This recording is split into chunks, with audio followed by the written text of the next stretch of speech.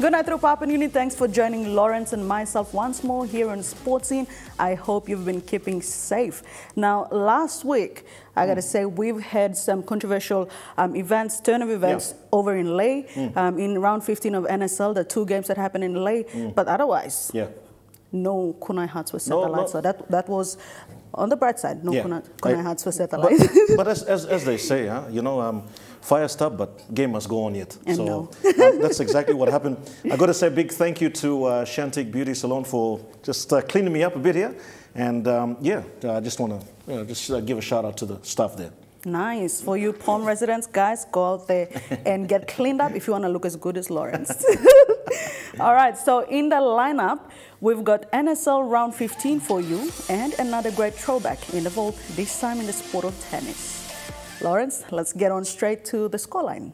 Yeah, the scoreline for the NRL, and on Thursday night last week, the Broncos scored first. It was a really good game, but succumbed to the top of the leader tables there. Penrith Panthers 25 to the Brisbane Broncos 12, and Newcastle Knights destroyed the Sharks 38 points to 10. This is after losing to the Warriors the week before. More of round 17 results as we flick the page. Melbourne Storm 22, South Sydney Rabbitohs 16, and the Titans, thank goodness for the Titans, beating the Bulldogs there, 18 points to 14. West Tigers, this was a miracle game. In fact, the Tigers supporters were walking off the grounds there, but they won 34-32. And the Roosters, the much anticipated match of Sonny Bill coming back in. He lasted 13 or 14 minutes. They beat Canberra Raiders and Josh Papali and them 18 points to 6. The last results from last week: Parramatta 24 over the New Zealand Warriors 18, and the North Queensland Cowboys in Golden Point, Valentine Holmes kicking that 23 points to 22. All right, so those are the results of the NRL as we go straight through to the Digicel Cup last week. We've got these results. Kimber Cutters, geez, Dinny, they beat Goroka Lahani's 28 points to 20. They're definitely the most improved team of the best comp. Performances so far. Yeah, really good. The Gurias, well, they're definitely hitting their straps now. 36 points to 8. And over in Port Moresby, these games were played. The Vipers 30 defeating the Gulf Souls. Came back in the end there, 22. The Burries 14 drew with the Tumbes. Eagles 20. They got a win finally against the Miocs 10. And the Tigers, well, I think it's 9 in a row, 8 or 9 in a row. Yeah. 22 over the Morocs 12. Oh, those are the results of the Digicel Cup. And now to the Kumul Petroleum National Soccer League round number 15. Okay, the weekend preview here, well, the review I should say. Vitesse United 4 defeated Kutubu FC 1, FC Bougainville 5 defeating Tuspab Stallions 0, and Hekari, this was a pretty close game, I should say. They're on 2, they defeated Gulf Komara 2 goals to 0. All right, these are the late games. Toti FC, will they keep turning on the heat there? 2 goals to 0. And as Dini Rose rightly mentioned, disputed game there. Star Mountains defeating, not defeating, it was a washout game. Star Mountain FC and Moraba United.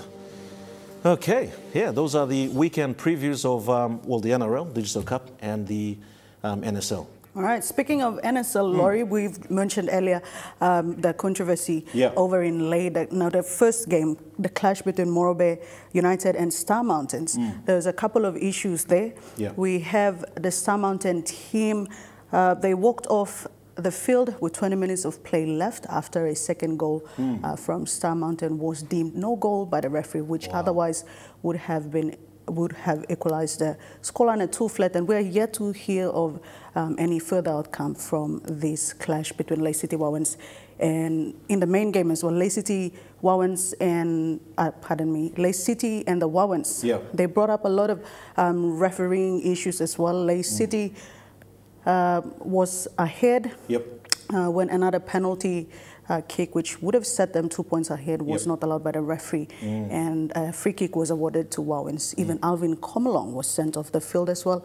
And they cited some referee cited him using some curse words on the field. So that is something that we cannot confirm.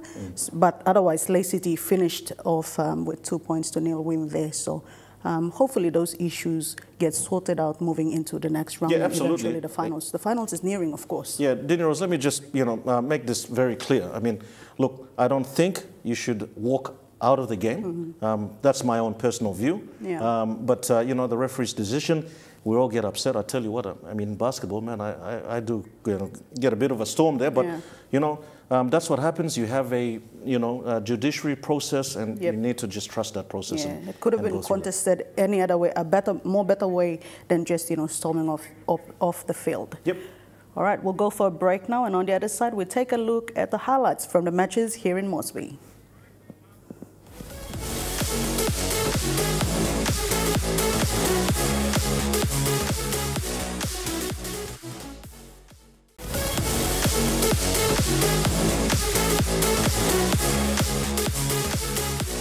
Welcome back, you're watching Sports Scene.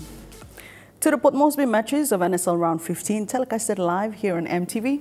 Let's take a look again at the moments that stood out.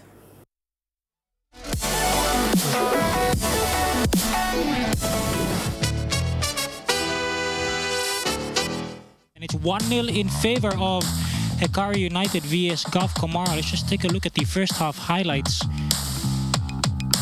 Hekari themselves knew how much of a win was important. 3 changes made to their side, unlike Gulf Comara, keeping relatively the same 11 they've played over the past couple of weeks.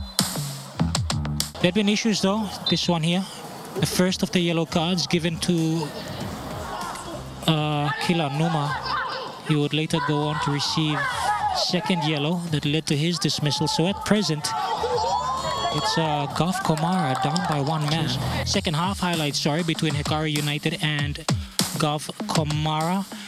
And my oh my, were there a lot of talking points. They'd gone into the second half with a 1-0 lead, desperately searching for that elusive second goal.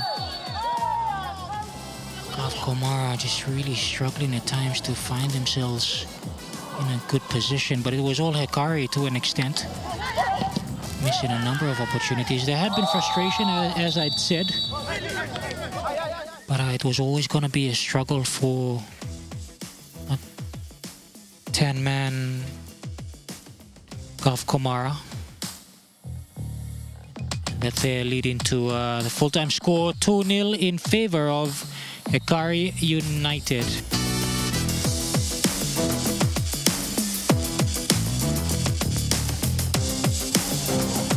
Was the first opportunity for FC Bougainville. Basil Bukhari trying to go over the head of Jesse Mandari. Soon after that, though, I think it was Bernard Purari who'd had a direct shot on goal. Here it is, Bernard Purari. That going direct as well. This is the pass that led to that goal. Alden Bunham. It was actually poor by Darren Colley. Should have done better, in fact. Jesse Mandari's vision was blocked that allowed that ball to go in. Taking a look at the second half highlights of FC Bougainville versus Tuspub Stallions. I absolutely like this strike from Steven Inia, although his corners left a lot to be desired. Eka Filman, one of the substitutes, coming on.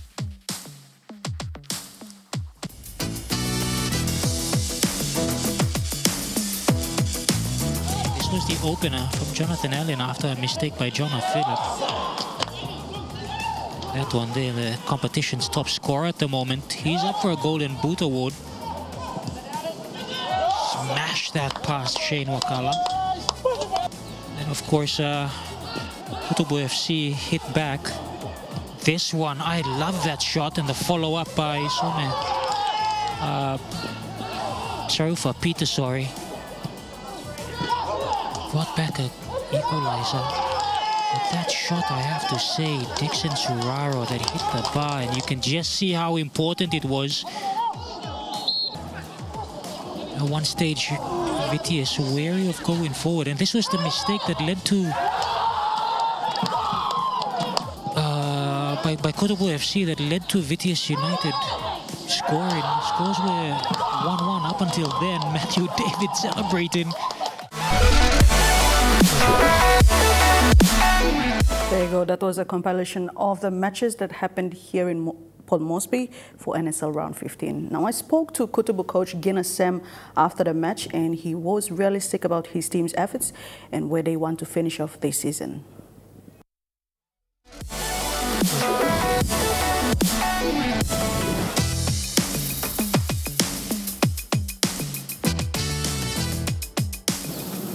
They did play.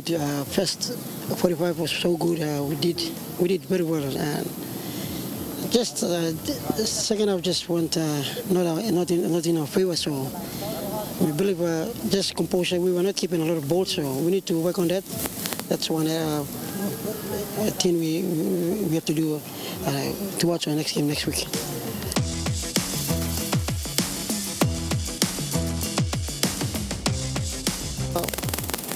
Talking about the point ladder, we know that we have our last 3 games, so we don't want to be down there. Yeah. We will try to do our last 3-4 games. I believe my boys can do better. And we can improve from there and then just get out from that bottom. We don't want to be on the last. We try to work on that and win our last 3 games, remaining games.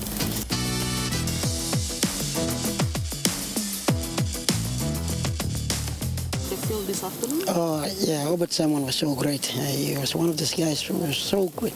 Even he's one of these very young kids. He's an islander, but he plays like a local guy from Central Moravian. Yeah. But he's an islander, so I'm very happy with him. He did very well today. He was leading the team, so I think he has the leadership quality. So I think he's the one.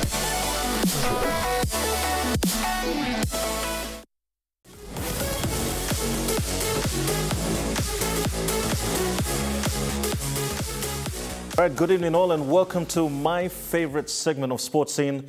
This is The Vault, and in this throwback, we'll look at one of our stars who's, keeps reminding me of the world, reminding everyone of the world and where Papua New Guinea is on the map. She's none other than tennis pro Abigail Tere-Apisah.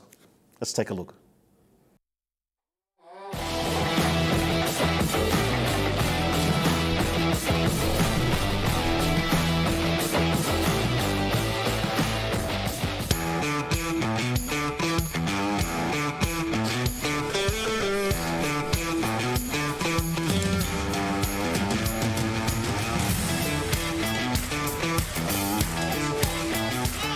Pushed wide from Honokoko. First game to Papua New Guinea.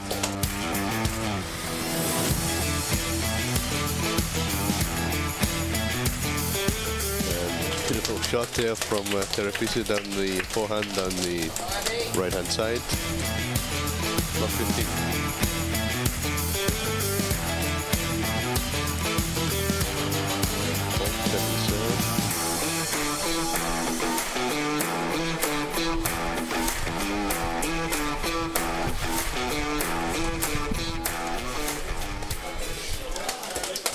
Honokoko unable to move out to that one. Juice.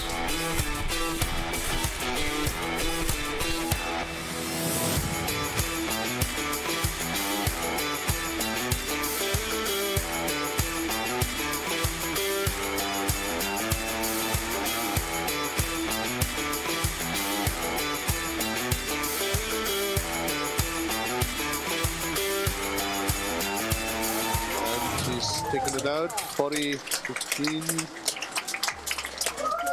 6 games to 2. Abigail Tere-Apisah from Papua New Guinea. Gold to PNG in the women's singles event.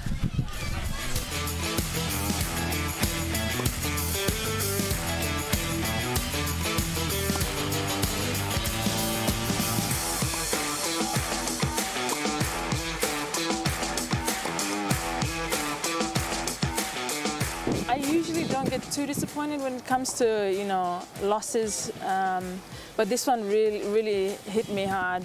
I went into the tournament not expecting much because it was in China, and I was really just going for the experience.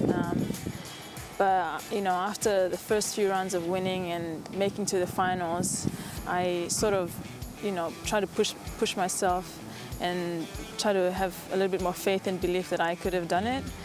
And I was really so close to finally playing such a big Grand Slam in January, but obviously that didn't go my way. The nerves got the best of me, and yeah.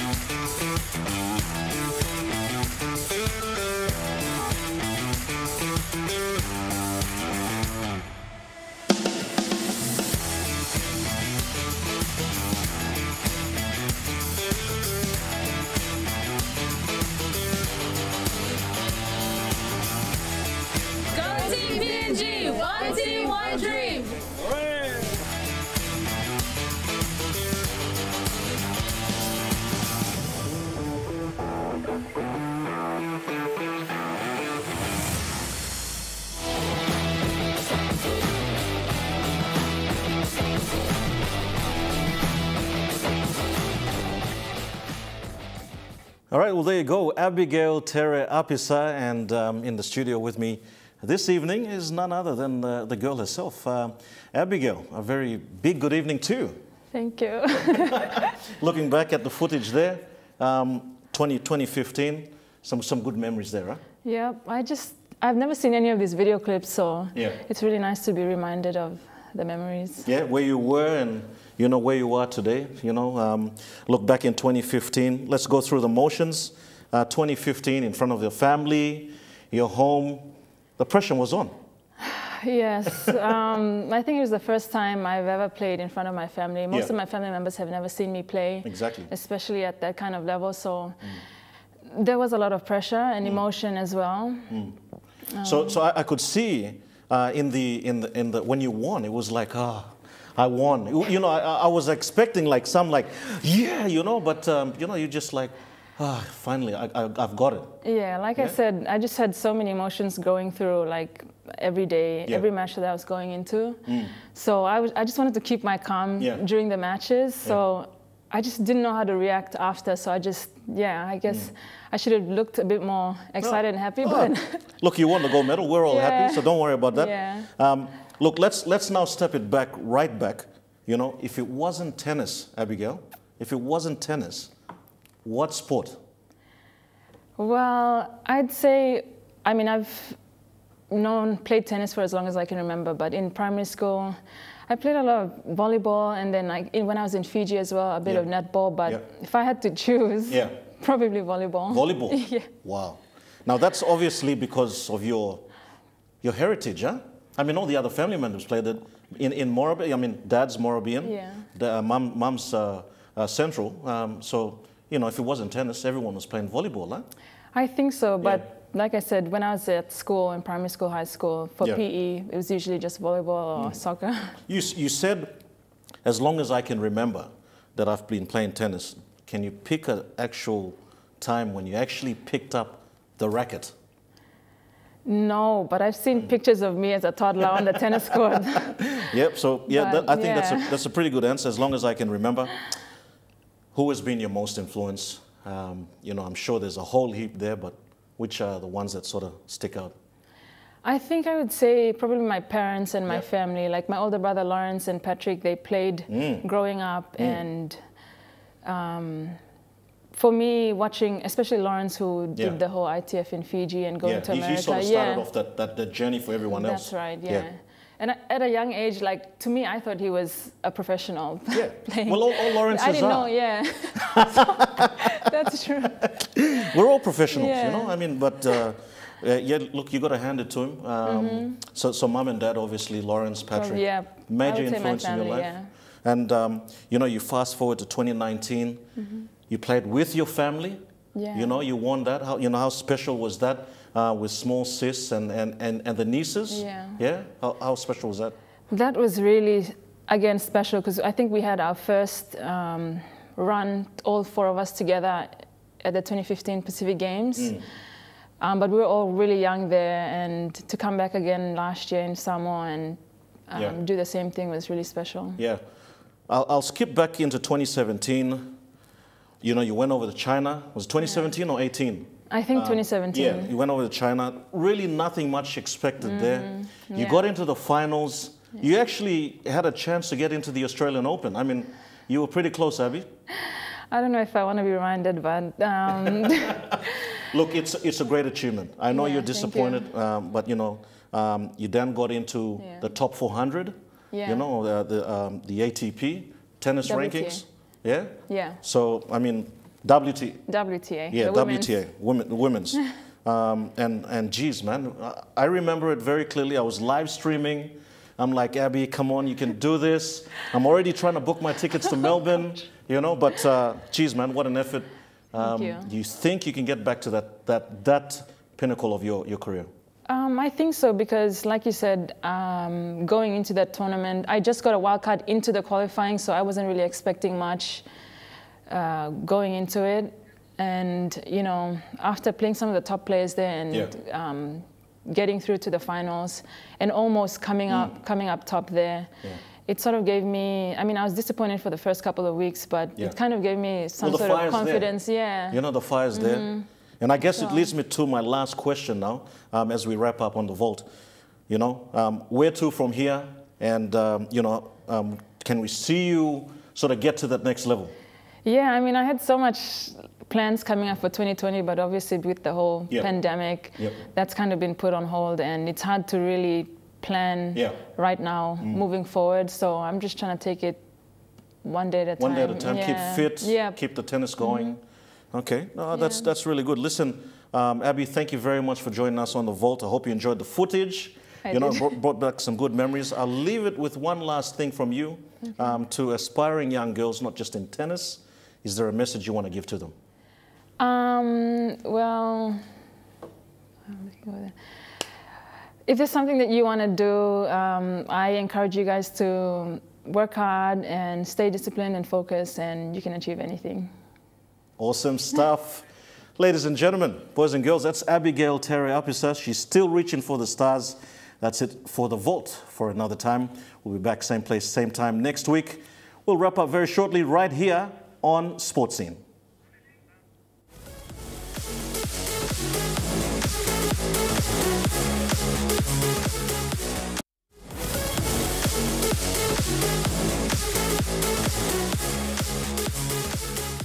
Hey everyone, time's caught up with us, so we'll just fly through what's coming up this weekend real fast. Lawrence? Yeah, let's go through the NRL weekend previews for tonight. West Tigers take on South Sydney. On Friday night, we've got the Bulldogs versus the Sea Eagles and the Panthers versus the Eels. On Saturday, Dragons play the Raiders, Titans versus the Broncos, and the Roosters versus the Knights.